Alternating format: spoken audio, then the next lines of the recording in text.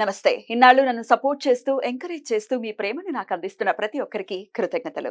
అలాగే ఈ వీడియో కూడా ఖచ్చితంగా మీకు ఉపయోగపడుతుంది. లైక్, షేర్ అండ్ సబ్స్క్రైబ్ చేసి మీ సపోర్ట్‌ని నాకు అందించండి. అలాగే ఈ వీడియో పట్ల మీకున్న అభిప్రాయాన్ని కామెంట్ సెక్షన్‌లో కామెంట్ చేసి తెలియజేయండి. ఇప్పుడు వీడియోని చూద్దాం. నమస్తే, వెల్కమ్ టు అవర్ ఛానల్. నేను కుప్పా పద్మిని. ప్రస్తుతంతో పాటు ప్రముఖ ఆధ్యాత్మికవేత్త, వాస్తు జ్యోతిష పండితులు, లలిత ఉపాసకులు, వాస్తు జ్యోతిష శిక్షణ నిపుణులు బ్రహ్మశ్రీ నానాజీ పట్నాయక్ గారు మనతో పాటు ఉన్నారు. మాట్లాడతారు సార్. నమస్తే సార్. శ్రీమాత్రే నమః. సార్, మీరు లలిత ఉపాసకులు, you are the perfect person to ask. అందుకే మిమ్మల్ని అడుగుతున్నాను సార్. లలిత ఉపాసనలోనే ఉన్నారు. లలితా సహస్రనామాన్ని చదవకూడదు, అది గుప్తంగా ఉన్నటువంటి స్తోత్రం కాబట్టి గురుముఖతగా తీసుకోవాలి, చదవకూడదు అని కొన్ని కాంట్రడిక్షన్స్ వస్తూ ఉన్నాయి. ఏదైతే చదువుతూ ఉన్నారు, లేకపోతే యూట్యూబ్లో అవైలబుల్ గా ఉన్నాయి, వింటూ ఉన్నాము. వింటూ నేర్చుకున్న వాళ్ళు ఎంతో మంది ఉన్నారు. పుస్తకం చూసుకుంటూ వింటూ చక్కగా నేర్చుకున్న తర్వాత చదువుకోవటం. అసలు చదువుకోకూడదు, అది చదవటం అందరూ చదివేయటం ప్రామాణికం కాదు, అసలు శాస్త్రంలో లేదు ఇది అని చెప్పటం మీరైతే ఎలా చూస్తారు? దీనికి మీ సమాధానం అంటుంటారు. ఎవరంటారో కూడా చెప్తాను. ఎవరు చదవకూడదని ఎవరంటారో చెప్తాను. ఆ పుస్తకం పూర్తిగా చదవని వాళ్ళు చదవకూడదని అంటారు. ఎందుకంటే ఆ పుస్తకం ఆఖరిలో చాలా స్పష్టంగా ఉంటుంది. అమ్మవారే చెప్తుంది అందరూ చదవచ్చు, అందరూ చదవచ్చని అమ్మవారే సాక్షాత్తు చెప్పింది. అంటే ఆ పుస్తకం ఎవరైతే పూర్తిగా చదవలేదో వాళ్ళు చదవకూడదని చెప్తారు.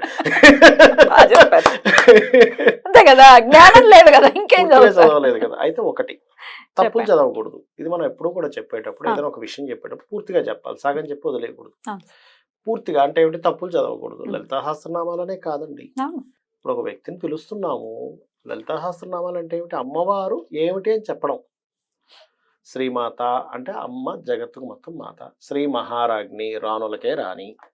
శ్రీమత్ సింహాసనేశ్వరి, తన ఒక సింహాసనం మీద ఉండి పరిపాలిస్తుంది. చిదగ్నికుండ సంభూత, చిదగ్నికుండం నుంచి బయటకు వచ్చింది. చిదగ్నికుండ సంభూత, దేవకార్య సముజ్జత, దేవతల యొక్క కార్యం కోసం వచ్చింది. ఇలాగ మొత్తం ఉంటుంది అమ్మవారి గురించి. ఎవ్రీథింగ్ ఉంటుంది. ఎక్కడ ఉంటుంది, ఎలా ఉంటుంది, అండ్ ఎవ్రీథింగ్. సుధాసార మధ్యస్థ, ఇంకా ఒకటి రెండు కదా, చెప్తూ వెళ్తే 1000 నామాల గురించి చెప్పాను నేను మొత్తం. అయితే ఇక్కడ ఇప్పుడు మీరున్నారు, మీ పేరు పద్మిని కదా, పద్మిని గారు. మిమ్మల్ని పద్మిని అనుకోండి, ఇంకో పేరుతో పిలిస్తే మీరు పలుకుతారా? పలకను కదా, ఎవరినో పిలుస్తున్నారు అనుకుంటారు మీరు, అంతే కదా. అలాగే అమ్మవారి నామాలలో పలికేటువంటి దాంట్లో ఎప్పుడైనా తప్పు పలికితే మీకు ఆ ఫలితం రాదు. కాబట్టి అమ్మవారి నామం మీదే నమ్మకం పోతుంది, అంతే కదా. Correct sir. ఇప్పుడు మిమ్మల్ని పిలుస్తున్నాము, మీరు పలకట్లేదు, మీరు పద్మిని కాకుండా ఇంకోటి ఏదో శైలజ అనేది పిలుస్తున్నాం మిమ్మల్ని. ఉదాహరణకి పద్మరావుని పిలుస్తున్నాం, పద్మిని అనే పేరు ఉదాహరణకి. పద్మరావుని మీరు ఎవరిని పిలుస్తున్నారు? నాకేం సంబంధం. నేను పలకట్లేదు, ఆమెకి ఎంత పొగరు అంటే ఎవడు తప్పది అంటే అర్థం ఏంటి? అంటే ఏమిటంటే, అమ్మా నువ్వు ఇది అని చెప్పి చెప్పడంలో తప్పుగా నువ్వు పలుకుతున్నప్పుడు నీకు విశ్వాసం పోతుంది. అయ్యో నేను చేస్తున్నాను, నాకు రావట్లేదు రిజల్ట్. ఎందుకు వస్తుంది? నువ్వు పిలిచే పేరు తప్పు పిలుస్తున్నావు, పద్మిని గారు పలకరు. Correct, simple logic. అడ్రస్ తప్పు రాస్తున్నావు, కరెక్ట్ ప్లేస్ కి వెళ్ళదు. పిన్ కోడ్ తప్పు రాస్తున్నావు, వేరే ఊరికి వెళ్ళిపోతుంది. అది ఎలాగో నువ్వు తప్పు పలికితే అమ్మవారిని శపించేది, అక్కడ నీకు వచ్చే రిజల్ట్ వేరేగా వస్తుందని చెప్పారు. అంటే ఇప్పుడు మిమ్మల్ని పిలిస్తే పద్మారావు ఉన్నారు అనుకోండి, అక్కడ పద్మారావు గారు వస్తారు మీ దగ్గరికి. కరెక్ట్, ఎవరు లేకపోతే ఎవరు రారు. అలా ఏంటంటే, బాబు నువ్వు పలికేది ఏదైతే ఉందో నేర్చుకొని పలుకు అని చెప్పారు. కానీ ఇది ఎవ్వరు చదవడానికి వీల్లేదు. పాపం మొన్న మా ఇంటి దగ్గర ఒక ఆవిడ నన్ను అడిగింది, ఏమండి లలిత సహస్రనామాలు చదవకూడదంట కదా, పురోహితులు చెప్తున్నారు, మా ఇంటి దగ్గర గుళ్ళో వాళ్ళు అన్నారు. అమ్మ ఎవరు చెప్పారమ్మా? తప్పు, చదవకూడదు అనేటువంటిది అసలు లేదు. అవి నామాలమ్మ, అవేమి బీజాక్షరాలు కాదు. బీజాక్షర సంబంధించింది అనుకోండి, అది గురుముఖంగా తీసుకోవాలి. గురువు మిమ్మల్ని పరీక్షించేస్తాడు, ఇతనికి ఏమిటి, ఎలా ఉంది, ఏమిటి అనేటువంటిది. కాబట్టి ఖచ్చితంగా మీరు నామాలకి ఎటువంటి దోషం లేదు. బీజాక్షరాలకి ఎందుకు పరిశీలించేస్తారంటే, దానికి అవకాడ చక్రం అని ఒకటి ఉంటుంది, చక్రం. ఆ అవకాడ చక్రాన్ని వేసి ఇది వాయుతత్వమా, జలతత్వమా, అగ్నితత్వమా, పృథ్వీతత్వమా, ఆకాశతత్వమా, ఇతని పేరులో ఉండే అక్షరం ఏమిటి, ఆ తత్వంలో ఉండేటువంటిది ఏంటి, ఈ రెండు మ్యాచ్ అవుతాయా లేవా, ఈక్వల్ టు బ్లడ్ గ్రూప్ లాగా. అప్పుడు మళ్ళీ దానికి కొన్ని సంస్కారాలు చెప్పారు. గురువు తనంతట తనగా పిలిచి ఇచ్చేస్తే దానికి ఏ దోషం లేదు. ఎందుకంటే గురువు అనుగ్రహంతో వచ్చేసింది, నువ్వు అడగక్కర్లేదు. సిద్ధేశ్వరానంద భారతి అలానే ఇస్తారు, అలాగే ఫోన్లలో కూడా ఇస్తారు. ఆయన పీఠాధిపతులు, ఆయన సిద్ధులు, ఆయనకి ఆ పవర్ ఉంది. ఎందుకమ్మా, ఇప్పుడు ఓం నమో నారాయణాయ అనే మంత్రం ఉంది. ఆయన ఏం చేశారు?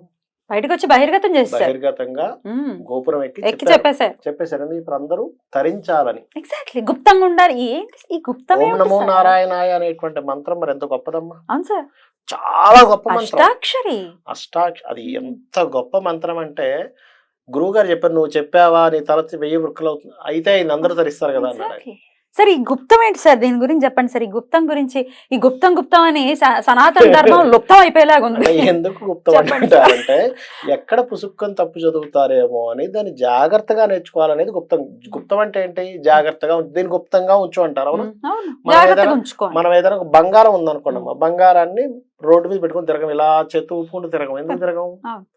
ఇది పుసుక్కని లాక్కెళ్ళిపోతాడు. అంటే ఇంత విలువైన దాన్ని జాగ్రత్తగా చేసుకో అనే అర్థం ఇది గుప్తం. అందుకని ఎవరికి చెప్పొద్దని కాదు గుప్తం అంటే. ఏంటి సార్ ఇది? ఏం జరుగుతుంది సార్ ఈ తమాషా? బయట అటు సిద్ధుల్ని ఇష్టం వచ్చినట్టు మాట్లాడుతూ ఉన్నారు, అందరూ చక్కగా అసలు లలితా శాస్త్రం చదువుతూ ఉంటే, వింటూ ఉంటేనే మనసుకి ప్రశాంతత. అసలు ఎంత అందమైనటువంటి నామాలు, ఒక్కొక్క నామం ఒక్కొక్క ఎంత వైభవంగా ఉంటుంది. నేర్చుకుని అందరు తరిస్తూ ఉంటే ఏంటి వీళ్ళకి వచ్చిన నష్టం నాకు అర్థం కావట్లేదు. విష్ణు సహస్రనామాలు కానీ లలితా సహస్రనామాలు కానీ చదవద్దు అని ఎవరైనా అంటే దానంత మహాపాపం ఇంకోటి లేదు. చాలా మంది విష్ణు సహస్రనామాలు కూడా చదవద్దని చెప్తున్నారు ఈ మధ్య. షాక్ అయిపోయా, అరే విష్ణు సహస్రనామాలు చదవద్దు ఏమిటి అంటే ఇంకా విష్ణు అని ఎలా అనాలి మనం? మరి ఏమన్నాలో సార్ నాకు వాళ్ళని నమ్మే వాళ్ళు కూడా ఎంత అసలు గొర్రెల్లాగా ఉన్నారంటే నిజంగా. అసలు వాళ్ళు చెప్పేది ఏంటి కరెక్టేనా? ఓన్లీ మళ్ళీ వాళ్ళు కొంతమంది సెలెక్టివ్ గా విష్ణువుకి సంబంధించి చెప్పరు. ఇప్పుడు సే ఫర్ ఎగ్జాంపుల్ ఉగ్రం ఉగ్రం ఉగ్రం అని అంటుంటారు కదా అమ్మవార్లని. మరి నరసింహస్వామి ఉగ్రం వీరం మహావిష్ణు ఉగ్రదేవతే. మరి నరసింహస్వామి గురించి మాట్లాడరు, విష్ణుమూర్తి కదా. డిఫరెంట్ అంటే ఏంటంటే ఎలా అవుతుందంటే చెప్తాను చూడండి, నువ్వు చెప్పే విధానం కరెక్టే చెప్పాలి. ఎగ్జాక్ట్లీ. అందరూ చదువుకోండి కానీ తప్పులు లేకుండా చదవండి. మీరు ఎన్నిసార్లు చెప్పారు ఆ మాట? అందరూ చదవచ్చు. ఎందుకు అర్హత ఉండదు చెప్పండి? ఇంకో వ్యక్తి చదవడానికి అందరూ మనుషులు కాదా? అందరూ మనుషులేగా. ఎక్కడైనా మన కులాలు మతాలు ఏమైనా మనకి ఏమైనా శాస్త్రాల్లో వేదాల్లో ఉన్నాయా? బ్రాహ్మణులే చదవాలని ఏమైనా ఉందా చెప్పండి? అందరూ చదువుకోవచ్చే. మనం వృత్తుల రీత్యా మారింది ఇలా. మనిషి పుట్టుకతో బ్రాహ్మణుడు అని ఒక ఇది ఉంది, మీకు తెలుసు కదా. పుట్టుకతో అందరూ ఒకటే అనేటువంటి వాళ్ళ వృత్తిని బట్టి మార్పులు వచ్చాయి, వృత్తిని బట్టి కులాలు వచ్చాయి. ఎందుకమ్మా ఇప్పుడు బ్రాహ్మణుడు కుటుంబంలోనే పుట్టాడు ఒక వ్యక్తి, స్వరం సరిగా చదవట్లేదు, వాడిని చదవద్దు అంటాం. ఎందుకంటే అరే నువ్వు అపస్వరం చదువుతున్నావు, నువ్వు చదవద్దు అంటాం. ఎలా చదివితే ఓకే అంటామా? అనం కదా. అలా కాకుండా వేరే దాంట్లో పుట్టాడు కానీ చక్కగా చదువుతున్నాను చదవరా అంటాం. ఎందుకంటాం చెప్పండి? అంటే ఇక్కడ అర్థం చేసుకోవాల్సింది ఏంటంటే చదవడం 100% ముఖ్యం. ఇది అమ్మవారి గురించి చదవడం అంటే ఏంటి? ఇక్కడ లలితా సహస్రనామాలు చేయడం అంటే ఏమిటి? ఇక్కడ ఏదో ఊరికే నోటితో పలుకుతున్నాం అని కాదు. అమ్మవారు అంటే ఏమిటి అనేది తెలుస్తుంది అక్కడ. What is God, what is అమ్మవారు? ఈ అమ్మవారు మీకు కనబడే రూపంలో ఎలా ఉంది, అదృశ్య రూపంలో ఎలా ఉంది అనేటువంటి చెప్తుంది. లలితా సహస్రనామం మొత్తం చెప్పేది ఏంటంటే నీకు కనబడుతున్నటువంటి లోకం ఏదైతే ఉందో ఇది నేను, కనబడనటువంటి శక్తి కూడా నేను అని చెప్పి ఎప్పుడైతే మనిషికి పూర్తిగా అర్థమవుతుందో, ఓహో కనబడుతుంది మొత్తం అమ్మవారా అంటే అమ్మవారంటే నేను ఎలా ఉండాలి ఈ లోకంలో అనేటువంటిది ఆ వ్యక్తికి అర్థం అవ్వాలని. ఇప్పుడు నువ్వు చదవకూడదు అన్నావు అనుకోండి, ఎప్పుడు అర్థం అవుతుంది? ఇంకెప్పటికీ అర్థం కాదు, నీ చదవకుండా కూర్చోవడమే. అసలు అంటే ఈ లోకం గురించి అర్థం కాదు, అంతే కదా. అమ్మవారి శక్తి ఎలా ఉందో అర్థం కాదు, ఈ లోకం గురించి అర్థం కాదు. నువ్వు మామూలుగా చూస్తావు ఈ విశ్వాన్ని, అదొక మట్టి అంటావు, ఇదొక రాయి అంటావు. ఎప్పుడు నీకు పైకి ఎప్పుడు వెళ్తాం? కరెక్ట్. అందుకే నామాల రూపంలో ఇచ్చారు. అది కూడా వసిన్యాది వాగ్దేవతలు. ఎలా వచ్చాయి అవి? నిండు సభలో వసిన్యాది వాగ్దేవతలు అంటే అమ్మవారిలో నుంచి 8 కిరణాలు బయటకు వచ్చి నామాలు చెప్పడం జరిగింది. అందరూ తరించాలి, అందరూ బీజాక్షరాలు చదవలేరు కాబట్టి అందరికీ గురువుల దగ్గరికి వెళ్ళి తీసుకునే ఇది ఉండదు కాబట్టి నామాల రూపంలో చదువుకుంటే వీళ్ళు తరిస్తారని చెప్పి అమ్మవారే అలా వచ్చి చెప్పింది. అమ్మవారే స్వయంగా తెల్లటి కిరణాల్లో బయటకు వచ్చి ఆ యొక్క నిండు సభలో అందరూ చదువుకుంటారు ఆయన మీకు ఇది మంచిదని చెప్పిన తర్వాత మనకి ఏ అర్హత ఉందని నువ్వు చదవద్దని ఎలా ఆపుతావు? ఇంకా గురువు నింద చేయటం కూడా చూస్తూ ఉన్నాను సార్. అసలు శాస్త్రంలో ఒకటి ఉంది కదమ్మా, దేవుణ్ణి నిందించిన గురువు రక్షిస్తాట, కానీ గురువుని నిందిస్తే దేవుడు కూడా రక్షించాడట. 100%. సార్ మీ విషయమే చెప్పేస్తున్నాను. అంటే సిద్ధేశ్వరానంద భారతి గారి చేత మీరు మంత్రం తీసుకున్నారు, మీరు కూడా చెప్పున్నారు మన ఇంటర్వ్యూస్ లో చాలా సార్లు. సో స్వామి ఆయన పీఠాధిపతులు సన్యాసులు మళ్ళీ పీఠాధిపతులు అవ్వటం అనేది చాలా చాలా చాలా పెద్ద విషయం. అది అందరూ చేసేటటువంటి అందరూ సత్యాన్ని న్యాసం చేసేవాళ్లే కదా సన్యాసులు. అవును తల్లి, అవును. మళ్ళీ పీఠాధిపతులు అవ్వడం అంటే అది ఆది శంకరులు పెట్టినటువంటి విధానం అవును కదా. తల్లి, అవును. వాళ్ళకి ఆ పవర్ ఉంటుంది, అవును. మంత్రం ఇచ్చే పవర్ వారికి వాళ్ళకు ఉంటుంది. ఉంటుంది. మీకు కూడా ఇచ్చారు. అవును. వారిని ఇట్లా మంత్రాలు ఇచ్చేస్తారు, లేకపోతే ఇట్లా మొన్న ప్రత్యంగా జరిగింది కదా, చాలా విశేషంగా జరిగింది. అవునమ్మా. లోక కళ్యాణార్థం వాళ్ళకి ఆ అర్హత ఉంది, చేస్తారు. అంతే కదా సార్, దీని చాలా గురించి మందికి చెప్పండి తెలియని సార్. విషయం ఏంటంటే అతను రోజు 3 నుంచి 4 గంటలకు సమయం, రోజు 3 నుంచి 4 గంటల సమయం లోక కళ్యాణం కోసం ఆయన సొంతంగా హోమం చేస్తారు. ఎవరు చేస్తారు చెప్పండి? ఎవరు చేస్తారు? ఆయన పీఠాధిపతులు స్వార్థం కాబట్టి కోసం కాదు, ఆయన చేస్తారు. స్వార్థం కోసం కదా, లోక కళ్యాణం కోసం హోమం చేస్తారు రోజు ఆయన.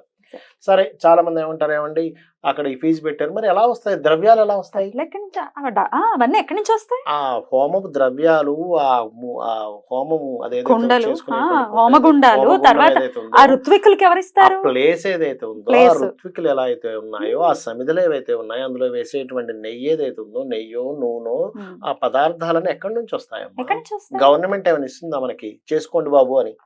ఎగ్జాక్ట్లీ. గవర్నమెంట్ 7,000 రూపాయలు పెట్టేశారు, 7,000 రూపాయలు పెట్టేశారు అని గగ్గోలు పెడుతున్నారు. ఎక్కడి నుంచి వస్తారు? ఎక్కడి మీరు నుంచి ఇవ్వచ్చు వస్తుంది? కదా. సిద్ధేశ్వర భారతి గారికి ఎక్కడి నుంచి వస్తుంది చెప్పండి? పోనీ వీళ్ళు ఇవ్వచ్చు కదా సార్, అలా వద్దన్న వాళ్ళు అదే కదా, వీళ్ళు ఇచ్చి చేయించుకోమని చేయించవచ్చు కదా. ఏంటంటే ఇవన్నీ ఏంటంటే సార్. ఏదో మాట్లాడడం. ఇప్పుడు గవర్నమెంట్, ఇప్పుడు మనకు చూడండి, మన గుడుల నుంచి వచ్చే ఆదాయాన్ని మొత్తము కూడా గవర్నమెంట్ వేరే వేరే వాటికి ఉపయోగిస్తుంది. దాని గురించి ఎవరు మాట్లాడారు? దాని గురించి మాట్లాడే ఇది లేదు. లేదు. ఎందుకు? ఏమండి, మరి వేరే వాటి నుంచి వచ్చేటువంటిది ఏదైతే ఉందో వాళ్ళకే వదిలేస్తున్నారు, కానీ కేవలం గుడుల నుంచి వచ్చే ఆదాయం మాత్రం కంప్లీట్ గా దేశానికి వాడేస్తున్నారు. కరెక్ట్. పెత్తందారులు మళ్ళీ వీళ్ళందరూ పెత్తనం చేస్తూ. ఇదేమి నీ గొంతు మీద కత్తి పెట్టి నువ్వు 7,000 రూపాయలు కడతావా చస్తావా అని ఆయన ఏం అనలేదుగా. నీకు ఇష్టం ఉంటే నువ్వు వెళ్ళావు. ఆయన సిద్ధేశ్వర భారతి గారు వచ్చి, లేకపోతే రమ్యానంద భారతి గారు వచ్చి నీ గొంతు మీద కత్తి పెట్టి నువ్వు 7,000 కడతావా కట్టవా, లేకపోతే ఇది ఇప్పుడు నీకున్నటువంటిది ఇప్పుడు నువ్వు కట్టపోతే నువ్వు చచ్చిపోతావు నేను అన్నాడా? కాదు, వీళ్ళు అనేది ఏంటంటే అమాయకులైన హిందువులు పాపం మోసపోతున్నారు. ఇలా 7,000 రూపాయలకే మోసపోతున్నారా? అయ్యో బాబోయ్. అది పూర్తిగా తప్పు. అక్కడికి వెళ్ళిన తర్వాత చక్కగా హోమం జరిగింది, కళ్యాణం జరిగింది. ఒక విషయం చెప్తాను చూడమ్మా. ఒక హోమం జరిగినప్పుడు సమిధలు అమ్ముకునే వ్యక్తులు ఎంతో మంది ఉంటారు, వాళ్ళందరికీ ఒక ఉపాధి కలిగింది. అక్కడ ఏదైతే ఆ రెంటల్ ఉంటుంది చూసారు, అక్కడ ఆ రెంటల్ గవర్నమెంట్ కో లేకపోతే ఆ ప్లేస్ ఎవరిదైతే ఉందో వాళ్ళకి వెళ్ళింది. అవునా? ఋత్వికులకు డబ్బులు వచ్చాయి. అక్కడ స్టాల్స్ పెట్టుకున్నారు. అదంతా ఒక ఇది నడిచింది. మీకు సంగతి తెలుసా, మన గుళ్ళు వల్ల, మన ఆలయాల వల్ల ఎన్ని లక్షల మందికి ఉపాధి బ్రతుకుతున్నారు అందరూ. ఎన్ని ఆలయాలు ఉన్నాయి, కొన్ని లక్షల ఆలయాల దగ్గర కొబ్బరికాయలు అమ్ముకునే వాళ్ళు, ఒత్తులు అమ్ముకునే వాళ్ళు, లేకపోతే పువ్వులు అమ్ముకునే వాళ్ళు, తులసులు అమ్ముకునే వాళ్ళు, చాలా మంది దీని గురించి తెలియక వ్యాపారాలు చేసేస్తున్నారు. వీళ్ళందరూ ఎట్లా బతకాలి? ఎలా బ్రతుకుతారు అసలు? పూజలు చేసేసుకుంటున్నారు, వ్యాపారాలు జరుగుతున్నాయి, శ్యామలమ్మ ఫోటోలు అమ్మేసుకుంటున్నారు. మరి వాళ్ళు ఎలా బ్రతుకుతారు? ఒక్క సమాధానం లేదు. ఇప్పుడు నువ్వు వ్యాపారం అనుకుంటే నువ్వు దేనికి డబ్బులు ఖర్చు పెట్టకూడదు. స్కూల్లో పిల్లల్ని కూడా జాయిన్ చేయకూడదు. వ్యాపారం కదా. మరి నువ్వు అన్నం కూడా తినకూడదు వ్యాపారం అనుకుంటా. ఇంకా నువ్వు బియ్యం కొనుక్కోకు, నువ్వు వ్యాపారం అనుకుంటున్నావుగా. అమ్మమ్మో అదేంటండి వ్యాపారం? ఎవరు బతకూడదు, సెన్స్ ఉండదు మాట్లాడితే. ఇప్పుడు రైతు పండిస్తాడమ్మా, రైతు భూమి నుంచి అది వస్తుంది, ఈయన అమ్మేసుకుంటాడు. వ్యాపారం అనుకుంటే ఎట్లా? పువ్వులు పూస్తాయి, పువ్వులు చెట్లుకున్న పువ్వులు అమ్మేస్తున్నాడు, వ్యాపారం అంటే ఎట్లా? అసలు చేసే పనికి వాళ్ళు దానికి తగ్గట్టుగా దానికి సంబంధించిన ఒక విలువ కట్టుతారు. ఒక పురోహితుడు ఒక హోమం చేయించినప్పుడు దానికంటూ ఒక ఇది ఉంటుంది. ఎందుకు? తను గృహస్థాశ్రమంలో ఉన్నాడు కాబట్టి దానికి సంబంధించినటువంటిది ఒక పూజ చేయించాడు, దానికి ఫీజు ఉంటుంది. తను ఈ కొబ్బరికాయలు 30 రూపాయలకు అమ్ముతున్నా అంటే 25కో 20కో తెచ్చుకొని దీనికి ఒక ట్రాన్స్పోర్ట్ ఛార్జెస్, దాని మీద ఒక 2 రూపాయలు మిగలడం ఏదో ఉంటుంది కాబట్టి అనుకున్నా, నువ్వు కొబ్బరికాయ అమ్ముతావా, గుడి మోసం చేస్తావా, కొబ్బరికాయ కొడితే నీకు బాగుంటుందని నువ్వు చెప్తావా, కొబ్బరికాయ కొట్టండమ్మా అని చెప్పి అంటపడతావా? అంటే అట్లా నీకు ఇష్టం ఉంటే కొనుక్కుంటావు, లేకపోతే కొబ్బరికాయ నార్మల్ కూడా లోపలికి పోయి వస్తావుగా. అయితే సార్ నాకు ఇప్పుడు ఏమనిపిస్తుంది తెలుసా, నెక్స్ట్ లెవెల్ వీళ్ళు ఏం మాట్లాడతారంటే, చెట్టు పాపం పువ్వుల్ని ఇస్తోంది, దాని నుంచి దొంగలించి వీళ్ళు అమ్మేసుకుంటున్నారు, ఇదంతా చాలా మోసపోతున్నారు, మీరు మోసపోకండి అని చెట్లని పుట్లని అంటావా? మరి అలాగే ఉంది. ఈ పూజలు చేయొద్దు అన్నోళ్ళు కూడా ఇదే ఆలోచించుకోవాలి. ఒక పూజ వల్ల శాస్త్రం ఏం చెప్తుందంటే, ఒకటి ఇంతమంది బ్రతుకుతున్నారు, ఇంకోటి పూజ చేయడం వల్ల పూర్వ వైభవాన్ని జనింపజేసేది పూజ అని చెప్పి వేదార్థం ఉంది. అంటే పూర్వ వైభవాన్ని జనింపజేయాలి. ఇప్పుడు నేనున్నాను, నేను ఇప్పుడు వ్యాపారం ఎవడు చేయకూడదని నేనే కొబ్బరి చెట్టు ఎక్కి ఒక కొబ్బరికాయ తెంపి దాన్ని, అది కూడా ఫ్రీ చెట్టు అయి ఉండాలి, ఎవరిది చెట్టు అయి ఉండకూడదు, ఎవడి వాకిట్లో ఉందని వాడు ఒప్పుకోడుగా. ఇప్పుడు నేనేం చేయాలి, కొబ్బరికాయ కొనుక్కోవాలమ్మా, నేను పూజ చేయాలి, కొబ్బరికాయ కొనుక్కోవాలి, ఎవరికి సంబంధం లేని ఒక అడవికి వెళ్ళాలి. ఇప్పుడు నేను ఒక కొబ్బరి చెట్టు ఎక్కాలి, అక్కడికి ఎక్కి నాకు ఎక్కడం రాపోయిన అలా ఎక్విప్మెంట్ తయారు చేసుకుని ఎక్కాలి, కొబ్బరికాయ తెంపాలి, కట్ చేయాలి. పువ్వులు కావాలి, ఎవరికి సంబంధం లేని పువ్వులు తెచ్చుకోవాలి, అవునా, ఒత్తి కావాలి. ఇప్పుడు పత్తి అమ్మితే అది మరి బిజినెస్ అయిపోద్దిగా. మరి ఏం చేయాలి, నేను అడవికి వెళ్ళి ఒక పత్తి చెట్టు ఉంటే తెచ్చుకొని పత్తి తయారు చేసుకోవాలి, ఎందుకంటే బిజినెస్ అయిపోద్ది కదా. మన ఇంత కష్టపడి ఇప్పుడు పురోహితుడిని నేను పెట్టుకోను, బిజినెస్ అయిపోతుంది, నేనే ఆ మంత్రాలు నేర్చుకోవాలి, మరి సాధ్యమేనా? ఆ వేద మంత్రాలను నేర్చుకోవాలంటే అందుకని నువ్వు చేయలేవు కాబట్టి, నువ్వు ఈ కొబ్బరికాయ వెళ్ళి ఇది తెచ్చుకోలేవు కాబట్టి ఇంకోటి తెచ్చి పెడితే దానికి నువ్వు పే చేస్తున్నావు, ఇంకోళ్ళు పూలు తెచ్చి పెడితే నువ్వు దానికి పే చేస్తున్నావు. నీ పిల్లలకి చదువు చెప్తే స్కూల్కి నువ్వు పే చేస్తున్నావు, నీ ఆరోగ్యం బాగు చేయడానికి డాక్టర్ పే చేస్తున్నావు.